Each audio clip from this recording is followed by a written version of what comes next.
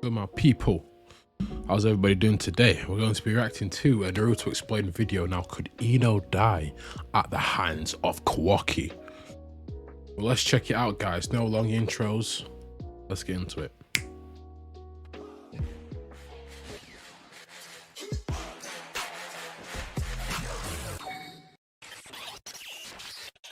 Yo, what's going on, everybody? It's your boy Naruto Explain here, bringing you guys another Boruto 2 Blue Vortex discussion. Today, I wanted to talk to you guys about a potential swerve that the story might be planting for us, and is one that I think is credible enough that we have to consider it a possibility, which is why Ino Yamanaka, the woman who Sai and Inoji both affectionately call Mommy, for two different reasons, might end up having herself Not just them two, a lot of Naruto fan bases do as well. So, a lot of the Naruto fan base do. placed in danger as we move deeper into the story of Boruto 2 Blue Vortex, because as I was going back and doing Me may be included. Nah, I'm joking. I'm joking.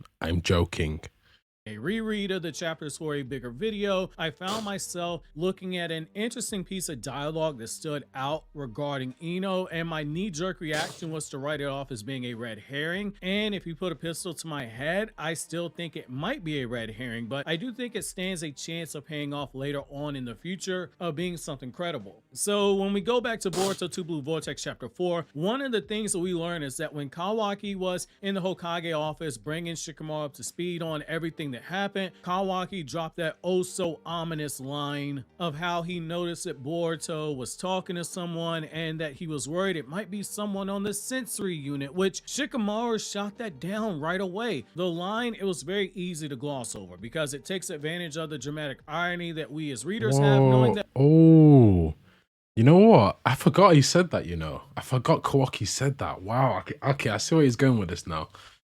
Wow. I actually forgot about this. Is why I need to reread more chapters instead of just...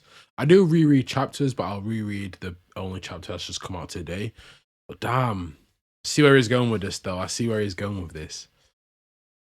that Boruto wasn't working with the sensory unit, and immediately after that line was dropped, we had the very tense stare down between Kawaki and Sada that teased a future fight in the future between these two later on in the story. That left some people saying, why don't they just go get a room? But looking back at it now, I don't think we can take this moment and dismiss it either. The order in which the words were spoken, it plays a part in the reason that I want to bring to your attention. Kawaki says that he thinks Boruto was speaking to someone and it might be someone from the sensory unit. Kawaki's suspicion went right there with no hesitation. It was playing on the guilt that comes from him knowing that he stole Boruto's life and knowing that at some point he's gonna have to answer for it, and there will be some who see through his lie of Boruto killing Naruto, which again, it plays a part in him being so upset when Damon mocked him for eventually getting exposed for the lie that he told of Boruto killing Naruto. He already considered the possibility of people eventually helping Boruto. I go as far as to say right up to the line and stop just short of calling it fear. It's not fear per se so much as it's the unpleasant possibility of a undesirable outcome that he's considered. Then right after Kawaki says that, Shikamaru is shown saying that if anyone was a spy helping Boruto, he would know, which in hindsight, that was foreshadowing. He would know if someone was being a spy and helping Boruto because he is the one who ended up being a spy helping Boruto in the future. And with the context of the conversation being the sensory unit having a spy on it, that by extension includes Ino, the person who's assisting Shikamaru in all of this, the very same person who Shikamaru said, hey, make sure Ada doesn't find out. Shikamaru tells Boruto in chapter 6 and in chapter 7 that due to Shikamaru being the Hokage, there is only so much he can do to assist him because everyone in the Land of Fire wants Boruto dead. But Shikamaru isn't leaving him completely out there alone and dry. Where Shikamaru can, he will throw bones to Boruto. And he does plan on throwing some of those bones his way, especially now that he knows Naruto's alive and sealed away by Kawaki, and that Kawaki's the key to having Naruto released. And in order to have that happen, he needs Boruto, which Boruto's his best chance to get Naruto back. While I'm leaning towards saying, hey, this all might be a red herring, I do think there's a possibility, a strong possibility, that Kawaki figures out Ino is involved in some kind of way for a few different reasons, and that's largely because there are seeds planted in the story for this to be the case. Right now, Kona...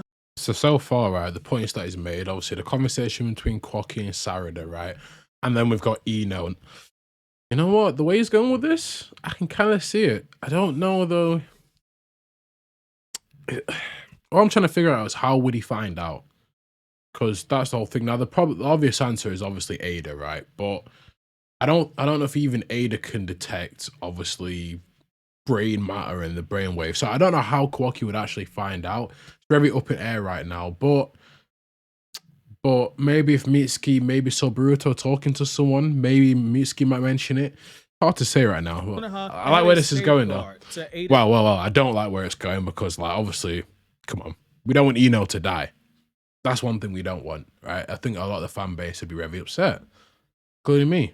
Semigon powers that can see the present and it can see the past up until the moment of Ada's birth 19 years ago, where she basically has eyes that serve as a security camera, where she can rewind scenes and project herself into a scene to watch conversations and events play out. The Semigon, however, cannot see events and allow Ada to listen in on conversations that are occurring through the Yamanaka clan's hidden jutsu to speak telepathically. The story is eventually going to sacrifice that plot protection at some point for the sake of raising the conflict of the story. If I was an editorial assistant looking at Boruto right now, it would be a question I would ask the author: when are you going to nix this? It's an easy route to raising conflict. I don't think many of us believe we're going to go the entirety of Boruto 2 Blue Vortex without Ada, Damon, and Kawaki realizing what's going on in that regard. I think it's inevitable it gets blown up. There's a reason why in Boruto Naruto Next Generation, Shikamaru was only shown communicating with Sarada and Sumire through that jutsu when it involved Ada in terms of Konoha Shinobi. Kawaki was never made aware that Konoha was using as a method to subvert Ada's powers. In Boruto 2 Blue Vortex, we had a moment where Ada directly questioned Sarada and Sumire about why they were immune to omnipotence and questioned were they really affected by her powers. Then you had that shot of Damon staring a hole right through the two of them to figure out if they were lying or not. It was an unspoken threat on his part that he smells a lie and he's gonna take their heads off as soon as he gets confirmation. Boruto Naruto Next Generations revealed to us that Shikamaru already had a plan in place to deal with this whole thing. Ada would be disposed of by Sarada and Sumire. Boruto and Kawaki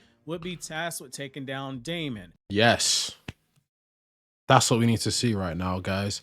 Ada taken down. Yes, I will continue the Ada hate. Get rid of her. Come on. And my favorite character, Sarada, taking her out as well. Ooh, that would just be perfect for me. I would just love that. Sarada killing Ada, I like the sound of that. It's just me though. That's just me. But I think also a fight between Daemon and whoever would be epic as well. I think I definitely want to see Daemon against Boruto. Yeah, and against Kawaki as well. I want to see how they match up. I definitely want to see that because Daemon right now, he's like a wild card. We don't know where his strength ranges from. It could be either stronger than Boruto, which I doubt, or he could be even weaker than Kawaki. We don't know right now. All of that was contingent upon them being a threat to the village. Since then, Kawaki has aligned himself with Ada and Damon out of necessity because of what happened with Omnipotence and the lie that he's told. And Boruto... Yeah, you know what? He needs to kind of stop being more nice to them, though. Like, this is the one thing that annoys me about Ada's character is, like, I get it, right? Obviously, story-wise, this couldn't happen. But what if she was to just be like, yo, I'm going to go tell Shikamaru everything? Because even if she has no physical proof, Ada just admitting that, right? Someone who, Ada's powers, right? So you can see into the past and the future. Maybe everyone won't believe her, but for the most part, people would start believing her, right? Obviously, I know for story reasons, it couldn't happen, but I don't know. I just thought I'd point it out. Meanwhile, has been brought into the fold of them using the Yamanaka clan hidden jutsu to converse in a way that doesn't tip off Ada. Eventually, the story is going to blow that entire situation up, which brings us to the how. And I think the how behind everything has already been put into place. It's important to remember that Amato does know that Konoha can use the hidden jutsu of the Yamanaka clan to speak without Ada knowing because he participated in that conversation as well. In Boruto Naruto Next Generations chapter 69, Ino directly linked Amato and Shikamaru via the mind transmission jutsu. Amato knows that they can speak without Konoha giving away to Ada that they are doing so because he saw it firsthand. If we stay in character, Amato is the type of person to withhold information until it's convenient for him, and right now there is no point in him revealing that information. But let's look at it. True. What do we know about Amato in Boruto 2 Blue Vortex? We know everything we need to know. Amato already knows that his memories have been altered. He said as much himself. He just chooses to ignore his memories and do as he said, follow the data, a very scientific approach. Kawaki had the body of a cyborg modified by Amato's own very hands. He recognized his ninja tech inside of Kawaki because he knows no buffoon in Konoha like Katasuke could ever hope to replicate it. He's so far ahead when it comes to ninja tech and combining it with Hashirama cells that Konoha couldn't even hope to compare. Even though all of Amato's memories are telling him that it should be Boruto with that technology, he knows, wait a second, Kawaki's got it, something's not right. Amato saw his daughter's DNA in Kawaki's karma, but his memories told him it should be Boruto. Amato told us that he is choosing to defy his memories and follow the data, and as we discussed after Boruto 2 Blue Vortex Chapter 5 drop, Amato more than likely knew he was being spied upon, and he wouldn't have said that information out loud unless he already wanted that information known, which means that he already had a plan in place, but he needed to force Konoha's hand for some unknown reason. Now, we don't know how it's going to happen, but at some point, it's very likely that Amato tips Kawaki off to what is occurring with Konoha using the mind transmission jutsu to speak with Ada, not knowing that they're speaking. It's just that right now, he doesn't have any incentive to tell Kawaki. It's like if Amato's sitting at the table playing spades with everybody. Sometimes That's a good point, though, because we know he wants Kawaki alive. Because he said his main focus is Kawaki now, he doesn't care about Boruto, or because of his daughter. So I guess a situation where he would do that is probably if it looks like Kawaki's going to die, he probably would reveal that. Ooh, okay, Naruto explained. Wow, I'm seeing where it's coming from now. I'm seeing it all been put together. A set of cards, so you can see what the other people at the table are holding before you start clearing books in the game. Amato right now, sticking with the spades comparison, he's basically got an ace of spades and 2 joker cards that are sitting in his hand ready to play, and the guy isn't playing them right away for reasons we don't know yet. He's waiting to see what other cards people have to play. However, when he does pull the trigger, just look at the pieces that are falling into place here. This can get messy very, very quickly. Sarada and Sumire, they end up having to confront Ada. Boruto is going to end up being derailed by Damon, which that fight's already been set up in Boruto Naruto Next Generations, with Damon saying that he wanted to fight Boruto again using full power, and yeah, Boruto with this promise to protect Sarada, so he would have to step in a deal with Damon so as to keep Sarada safe. That leaves Kawaki alone to make a beeline for Ino, because he'd have been around Inojin enough to know that he isn't skilled enough to pull something like that off, and Inojin looked genuinely shocked that Boruto was back, which leaves his mother, and that's enough for Kawaki to consider Ino as a possibility of being the mole. After all, Ino is friends with Naruto. Out of all the people that are on the sensory unit who might have a reason to assist Boruto, she has the highest possibility of being the probable mole because she is a friend of Naruto and Hinata. And if Kawaki believes that she's learned the truth about either omnipotence or Naruto being alive, or both, which we as the audience, again because of dramatic irony, we know that that is the case. Based off of the laws of probability, it makes the most sense for Kawaki to target Ino because he has a straight line there, which means that, you know what? And it wouldn't be very out of character for Kawaki to actually kill Ino if that is a possibility that could happen. Because you see him, he just gives no damns. Like, he'll kill anyone. He even said, look, I'll even off myself after this is done. I just want to get rid of those Otsukis. And if you look at the Leaf Village at the first video, the first chapter of Boruto, that could have been caused by Boruto and Kawaki. We don't know. I mean, Boruto even goes, was this the only possible outcome? So some messed up stuff must have happened, and it must have been because of Kawaki. So some point Ino's going to get those big black rods shoved deep inside of her. There's another reason for this when you dive into both narratively from a writing perspective and when you look strategically at things via some of the methods of the 48 laws of power. Sometimes it's best to strike without warning to make others tremble when they least expect it. It's a tactic that's been used for centuries now. It's how you maintain leverage in a war situation because it's far easier to take an enemy out piece by piece when they're moving in chaos because they're reacting to your moves. than they would be if they had a united front. The reason why is because of unpredictability. It's being put into play here. Human beings, by our very nature, we look for structure. We seek out structure. We know exactly where something is and what its role is, or we look to find out what it is. It's why writers use plot twists, because it goes against the very nature of what we seek out as humans, because it's the unexpected that comes into play after we've invested so much into a story or a character, and we think we know where it's going, and so we have this sense of security and structure. That swerve allows the narrative to come into play, to play with our emotions and move us closer to what the writer is looking to create for a payoff. Case in point, why did the Kawaki and Naruto Hinata plot twist work the way it did? Because so many people said, how can Kawaki turn on Naruto? Because that's the setup. You got lulled into the sense of stability that Kawaki was changing and he was this loving adopted son of Naruto, and then all of a sudden your heart gets ripped out and omnipotence happens. It's payoff. In battle, unpredictability causes either a Yeah, but I would say that in his mind, he's still doing it out of love. It's not like he hurt Naruto.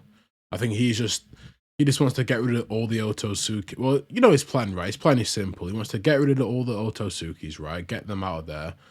And then after that, he'd probably bring Naruto back. Well, obviously, he wants to kill Boruto as well. So once Boruto's gone, he'll probably bring him back and, I guess, take his punishment because he feels like it's the right way. Now, can his mind be changed? I think so. Probably. I think it will take a while, though. It might take like a Naruto Sasuke beating for it to happen, but I think that's what they're going for, though. Moment where your enemy pulls back, or they reassess the situation, or they make a tactical blunder by staying the course, which is why so many people had so much trouble with Naruto in fights in Naruto's manga. He didn't fight like a traditional shinobi. Naruto was likely to fart in your face if it meant that he could win. Now, Kiba and Hinata might have liked it when Naruto farted in their faces, but most people weren't down for something like that. Even if he himself didn't plan for it to happen, Naruto did what it took to win. Amato has potentially set the stage for Konoha to expose Ino to danger, and that's enough to have Kawaki make a straight line for her, and by extension Shikamaru, who Amato's been in a quiet chess game with for the last 3 years and counting. I personally wouldn't mind it should this happen, because it gives the opportunity to generate more heat for Kawaki as a heel, which that's a wrestling reference. So in this case, as an antagonist, which Kawaki technically is. He's an antagonist to Boruto.